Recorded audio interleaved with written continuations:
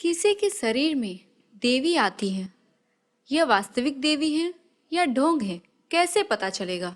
क्या आपने कभी किसी पवित्र समारोह या जागृत के दौरान, विशेष रूप से नवरात्रों के दौरान, किसी को अपने पास रखते हुए देखा या सुना है? आध्यात्मिक या ट्रांस अधिकार भारत या अन्य दक्षिण एशियाई देशों में असामान्य नहीं है।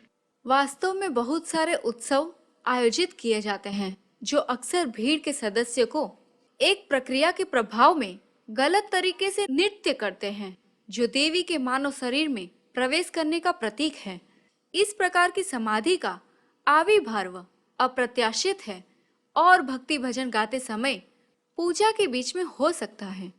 कब्जे वाले व्यक्ति ईश्वरीय संकेतों को प्रकट कर सकता है, जैसे ईश्वरीय इशारों का अनुकरण करना या असंगत रूप से बड़बड़ाना। इसके विपरीत एक आत्मा का अधिकार, जहां एक व्यक्ति को राक्षसों या बुराइयों के पास माना जाता है। माता आना को हिंदू देवी का एक अधिकार माना जाता है, जिसे भगवान से आशीर्वाद का एक दुर्लभ संकेत माना जाता है। काली, दुर्गा, द्रौपदी और मरियम्मम 4 भयंकर भारतीय देवी हैं, जिन्हें समय समय पर आध्यात्मिक कब्जे के दौरान मानव शरीर पर कब्जा करना चाहिए।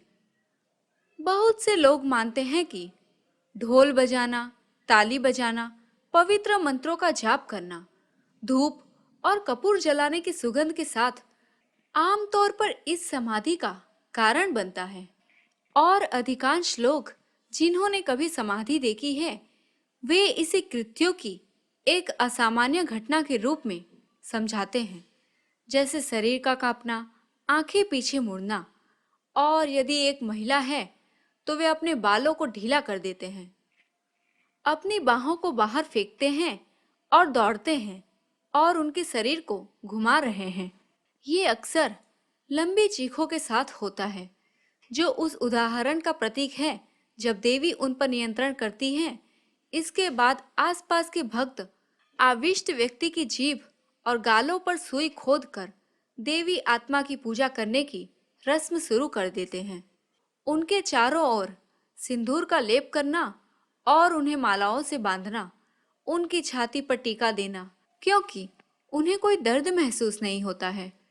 अक्सर इस तरह का आध्यात्मिक अधिकार नवरात्रि पूजा के दौरान देखा जाता है और कुछ घंटों तक रहता है। और यदि कब्जा लंबे समय तक रहता है तो व्यक्ति को भगवान के रूप में सम्मानित किया जाता है और उम्मीद की जाती है कि वह अपने सुझावों और सलाह के साथ समाज का मार्गदर्शन करेगा। जो लोग आध्यात्मिक अधिकार से बाहर आने का दावा करते हैं, वे महान अंतर्दृष्टि साझा करते हैं और गहरी आंतरिक शांति को स्वीकार करते हैं। इसके पीछे असली वजह क्या आपको अक्सर आश्चर्य नहीं होता? माता आना या देवी आना की घटना कितनी वास्तविक है? आइए निम्नलिखित विषयों के संदर्भ में उपरोक्त क्रियाओं की तार्किक तर्क को समझते हैं। मनोविज्ञान, आध्यात्मिक, सामाजिक मनोविज्ञान। मनोवैज्ञानिक विकारों के जोड़े हैं जिनके लक्षण ऊपर सूचीबद्ध लक्षणों के समान हैं। विशेष रूप से मनोविकृति के दौरान एक हमला जो विकारों का हिस्सा है, जैसे कि सिजोफ्रेनिया, बीडीपी आदि। यह मनोविज्ञान द्वारा सिद्ध किया गया है और अभी के लिए एकमात्र वैज्ञानिक कारण है जो इस तरह के कार्यों के पीछे हो सकता है। आत्मा का कब्जा। जब आत्मा नकारात्मक होती है और व्यक्ति को नुकसान पहुंचाती है तो वे इसे राक्षसी मानते हैं, और जब आविष्ट आत्मा सकारात्मक होती है और व्यक्ति को कम से कम कोई नुकसान नहीं पहुंचाती तो वे इसे लाभकारी आत्मा मानते हैं। गवाहों। उपरोक्त घटना के समर्थक के अनुसार बाद के मामले में वे कब्जे को देवी आना कहते हैं। यह धार्मिक कारण है जो इस तरह के कार्यों के पीछे हो सकता है। कुछ समाजों में देवी आना अत्यधिक मूल्यवान और सम्मानित होता है और ऐसा व्यक्ति दूसरों द्वारा सम्मान प्राप्त करना शुरू कर देता है। ऐसे समाजों में सम्मान प्राप्त करने और समाज में एक आदेश रखने के लिए कुछ व्यक्ति उपरोक्त कार्यों को उच्च परिशुद्धता के साथ अधिनियमित करते हैं और वे जो लक्ष्य प्राप्त करते हैं उसे प्राप्त करने में सक्षम होते हैं। देवी या माता आना एक सांस्कृतिक बांध्य सिंड्रोम है, जो मनोरोग और दैहिक लक्षणों का एक संयोजन है, जिसे केवल एक विशिष्ट समाज या संस्कृति के भीतर एक पहचानने योग्य बीमारी माना जाता है।